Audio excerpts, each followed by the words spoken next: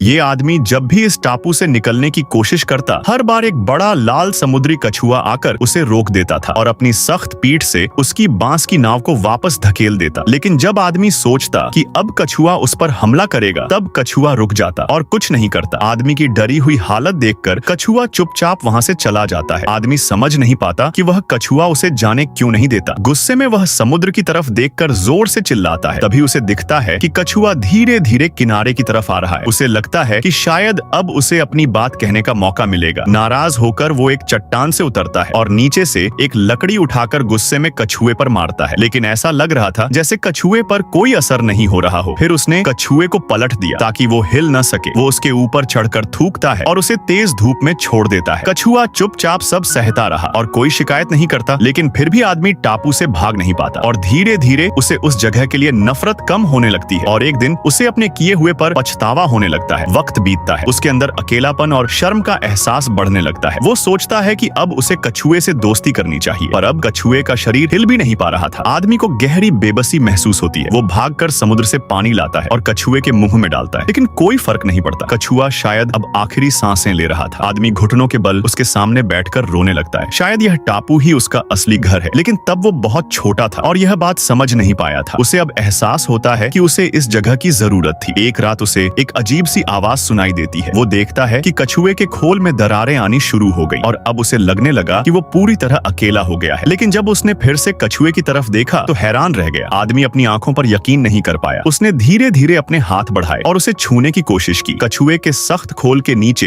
एक खूबसूरत औरत थी। उसने जब ध्यान से सुना तो उसे उसकी दिल की धड़कन अब भी चल रही थी। फिर वो जल्दी से बांस की ट्यूब उठाकर बार बार पानी भरने लगता है। लेकिन वो औरत कुछ नहीं बोलती और न ही हिलती है, मगर सूरज की तेज रोशनी में भी वो सोई हुई थी। आदमी डर जाता है कि कहीं उसे धूप से तकलीफ न हो। वो दौड़कर बांस की झाड़ियों से कुछ शाखाएं तोड़ता है और उनके उसके लिए छांव बना देता है। उसका चेहरा थका हुआ था और आदमी के दिल में कई अनकही भावनाएं उठने लगी। उस दिन के बाद उसने कभी बांस की नाव नहीं बनाई। अब वो हमेशा उसके साथ रहने लगा, रोज उसकी देखभाल करता, उसकी परवाह करता। शायद अब उसके दिल को एक मकसद मिल गया था और अब वो इस सुंदर जगह की असली खूबसूरती को समझ पाया था।